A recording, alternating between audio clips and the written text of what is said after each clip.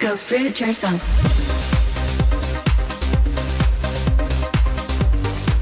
The time has come in America to launch an intensive campaign to find a cure for cancer.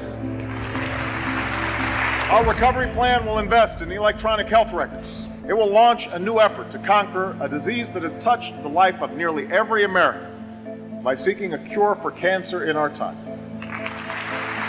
Since the war on cancer began in 1971, more than 14,800,000 Americans have died from some form of the disease. 1,500 die every day. That's 565,000 men, women, and children in 2009 alone. More people will die from cancer in this country in the next 3 years than all the American soldiers who died fighting since the American Revolution. From 1920 to the present time, we have made little or no progress in the treatment of adult cancers. So a person who gets prostate cancer or breast cancer today will live as long as a person who got it in 1920. No big change. With all the radiation therapy that we began in the 10s and 20s, combination chemotherapy in the 60s, immunotherapy that began in the 70s, PET scans, MRI scans, you name it, billions and billions and billions of research dollars that we've thrown into this whole area of cancer research and treatment, little or no significant progress in the treatment of adult cancers. They will burn it, they will cut it out, or they'll try to poison it. Heavy trading today in the biopharma sector. Blockbuster cancer drug Erbitux racked up nearly $425 million in sales. You have this entire industry that is not going to just pack up and go away. This is the business. Hey Fruitbats, it's Freely the Banana Girl here. Welcome to another episode. That was pretty good spin. Maybe because I got my Thai dancing pants on. I love these pants. They're like $5 from Thailand. Super comfortable. Probably going to get another 5 pairs when I get over there. So, okay, on to today's topic. It's a really, really important one. All right, it's something that touches the lives of millions and millions of people out there, and that is cancer. Almost all of us know someone who has had cancer, who has even died of cancer. It's that common. It's frightening. It's an epidemic proportion. It's wiping the population out, basically. 1 in 3 people is going to get cancer. And do they die of the cancer itself, or are they dying from the treatment? We're going to talk more about that today. And also we're going to talk about the business of cancer.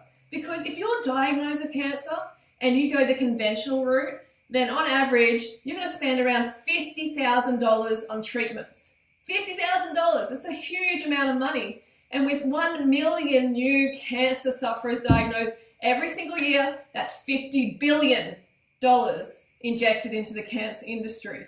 So there's a lot going on behind the scenes. There's a lot of greed, there's a lot of corruption, and we're going to talk about that today. So grab your banana smoothie and listen up. This is some excellent information. Over 1 million Americans are diagnosed with a new cancer every year. All these people suddenly plunge into a dark tunnel that will dramatically change their life for many years to come. Faced with an apparently endless chain of medical tests, examinations, second opinions, medications, new tests, surgical operations, support therapies, and follow-up checks, they find themselves at the complete mercy of the disease. While in that tunnel, each patient feeds an immense medical apparatus that employs hundreds of thousands of people and generates millions and millions of dollars for the medical and pharmaceutical industries. From research laboratories to medical schools, from prevention clinics to worldwide drug sales.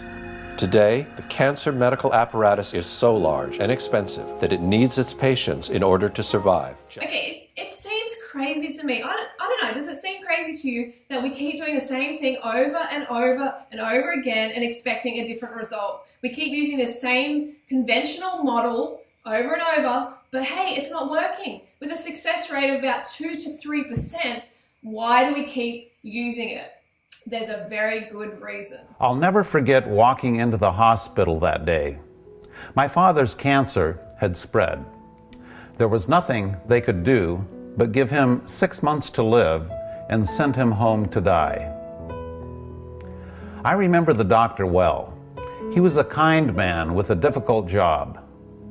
I admired my father's courage as he grappled with the news of his impending death. Years later, I met Mary Harrington. I was diagnosed with malignant melanoma. At that point, he gave me 3 to 6 months to live. How long was it before you started to notice changes? I didn't die. So I knew something was happening. As a matter of fact, we were cleaning vegetables and my son turned around and said, "Mom, weren't you supposed to have..." And I said, "Been gone by now?" "Yes, but here, it's 7 months and I'm still here." 10 months on the diet, I had my first scan. And I was clear, and I've been clear since. Mary's not alone. Every year, thousands of people reverse a wide spectrum of cancers by going outside the system to seek alternative treatments. As I researched these treatments, I couldn't help but think about my father's doctor. Why didn't he know about these? As I've come to find out, if he did know and recommended an alternative treatment for cancer, he could not only lose his license, but go to jail. This didn't make sense to me. It didn't make sense that Mary had to travel out of this country to get simple dietary treatments for cancer. Over the years, I've come to learn that when something doesn't make sense, if you follow the money, you'll usually find the answer. That's when I learned about the business of cancer. As you will soon discover, the search for a cure is hardly the altruistic endeavor you've been led to believe. In fact, it's quite the opposite. Even worse, when you look at the hard numbers, our current cancer treatments are appallingly ineffective. This is Thomas using alternative therapy, and this is conventional therapy, 2 months worth. See, this reminds me a lot of my partner Harley's dad's situation, okay? He was 87 years old, he's riding along on his bicycle, he has a fall, and he goes into the doctors for like a routine, like a bit of a checkup to see if he's okay. They give him a scan and they're like, "You have cancer." Next thing you know, they're like, "You're going to get into surgery, radiation, blah, blah, blah. You don't have long to live." Freaking the poor guy out. And here's Harley saying, "Dad, don't have chemotherapy, don't have radiation. What are you doing? This is crazy." And of course, Harley's dad was very scared and he had a lot of faith in the medical model, as a lot of people do. So he had the radiation. And within 1 month, he was dead. We're talking about an 87-year-old man. How irresponsible of these people to even consider it. The doctors do a scan and all of a sudden it's like, "Cancer, we need to attack it, let's get it." And you know what? They destroyed his immune system and he died. If conventional therapy has such limited results, why isn't the medical profession willing to investigate alternative approaches?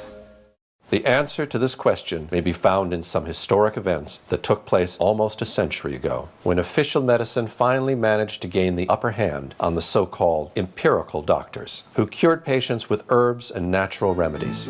In the 1800s, society sanctioned both approaches to healing.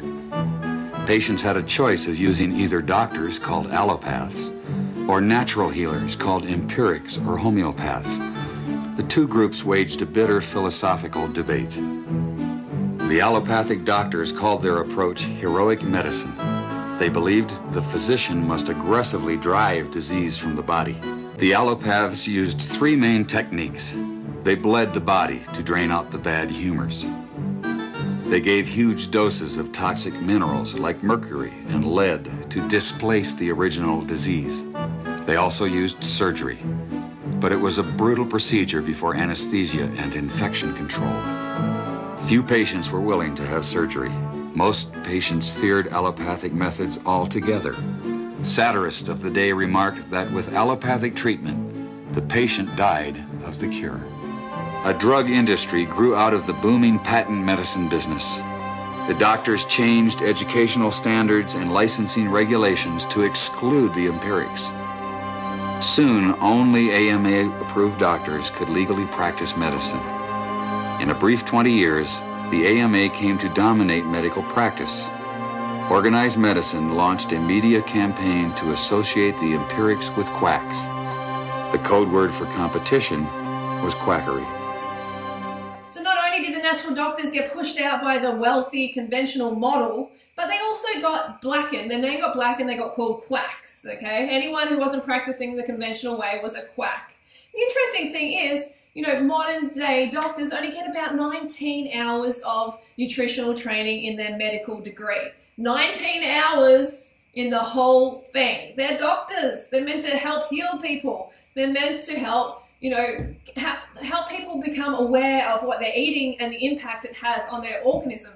But instead, they're just trained to prescribe drugs. I found that the average wife of these physicians knows more about nutrition than he does, but they sure know their drugs. And if you go to your typical doctor today, I don't care what it is, chances are you're going to walk out of there with a prescription. Why? Because that's what he has been trained to do.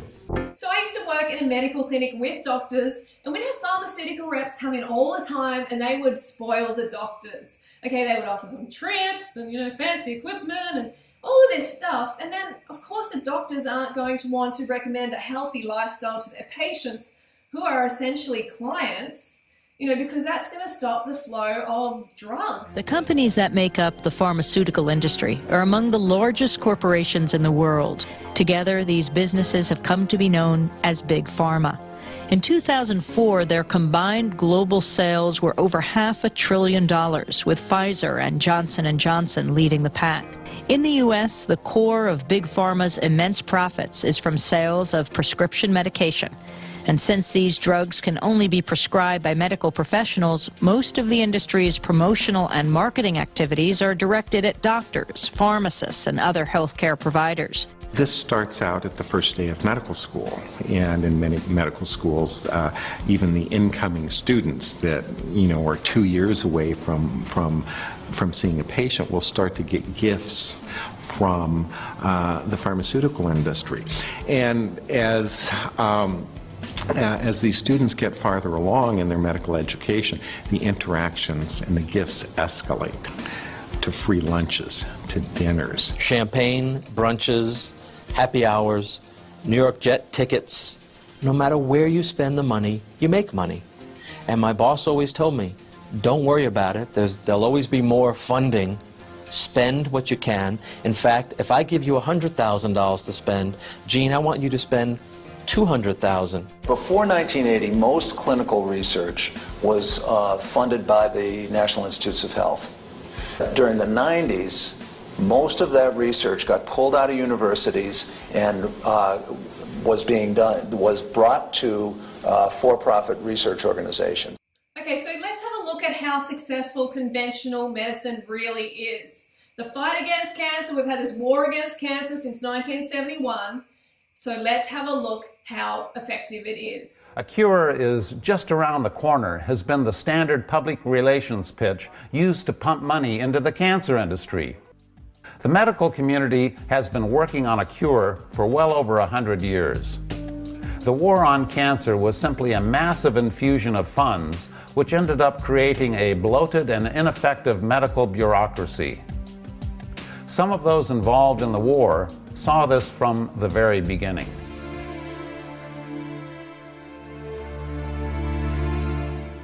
Here are the results of a study of every randomized, controlled clinical trial performed in the U.S. between 1990 and 2004, which reported a statistically significant increase in 5-year survival due to the use of chemotherapy.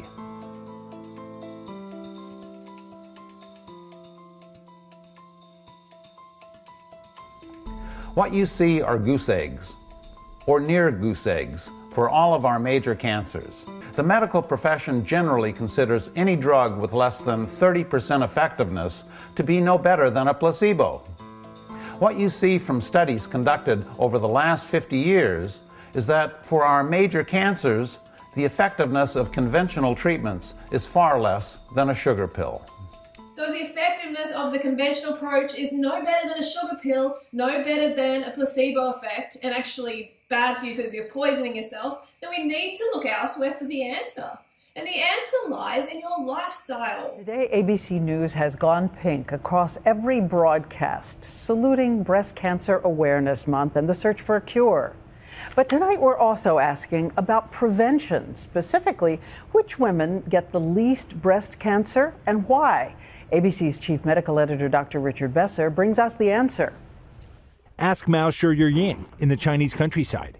A perfect example of what can happen if you eliminate breast cancer risks. I have heard of breast cancer, but I don't know anyone who's ever had it. Not in her village or in any village she knows.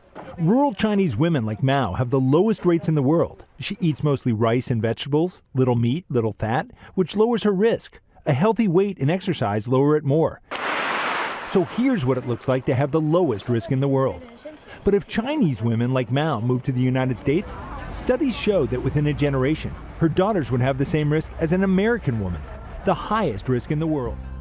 Our bodies cure cancer every day of our lives, and the difference between prevention and reversal is one of degree, not kind.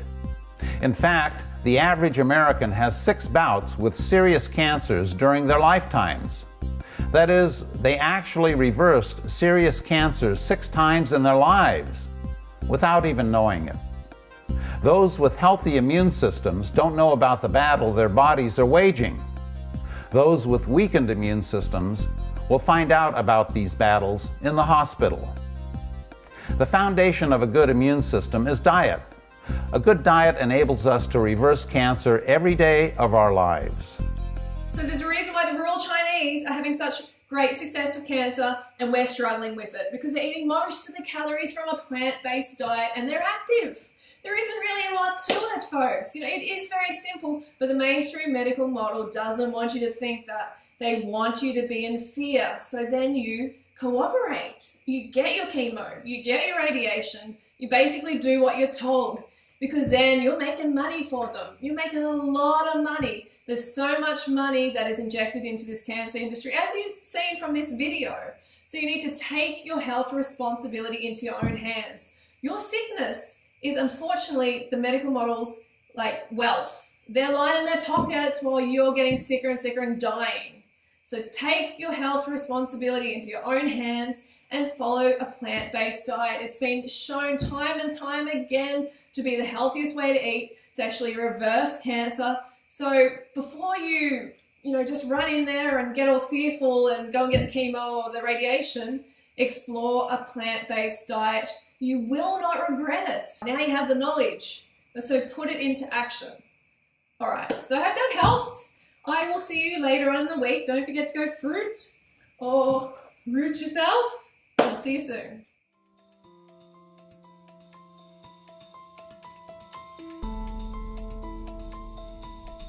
Americans practically worship animal protein, yet it is the strongest carcinogen we will ever encounter in our lives. This is not something that has been recently discovered.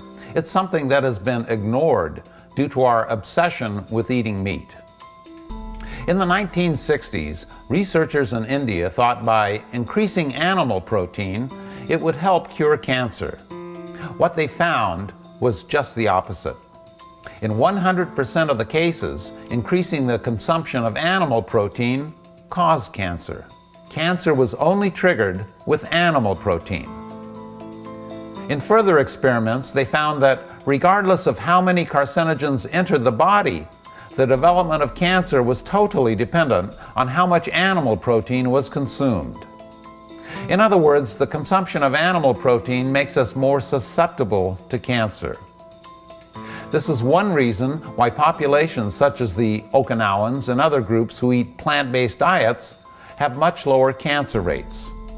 In effect, their plant-based diets form a green light around them, protecting them from cancer. Banana Girl.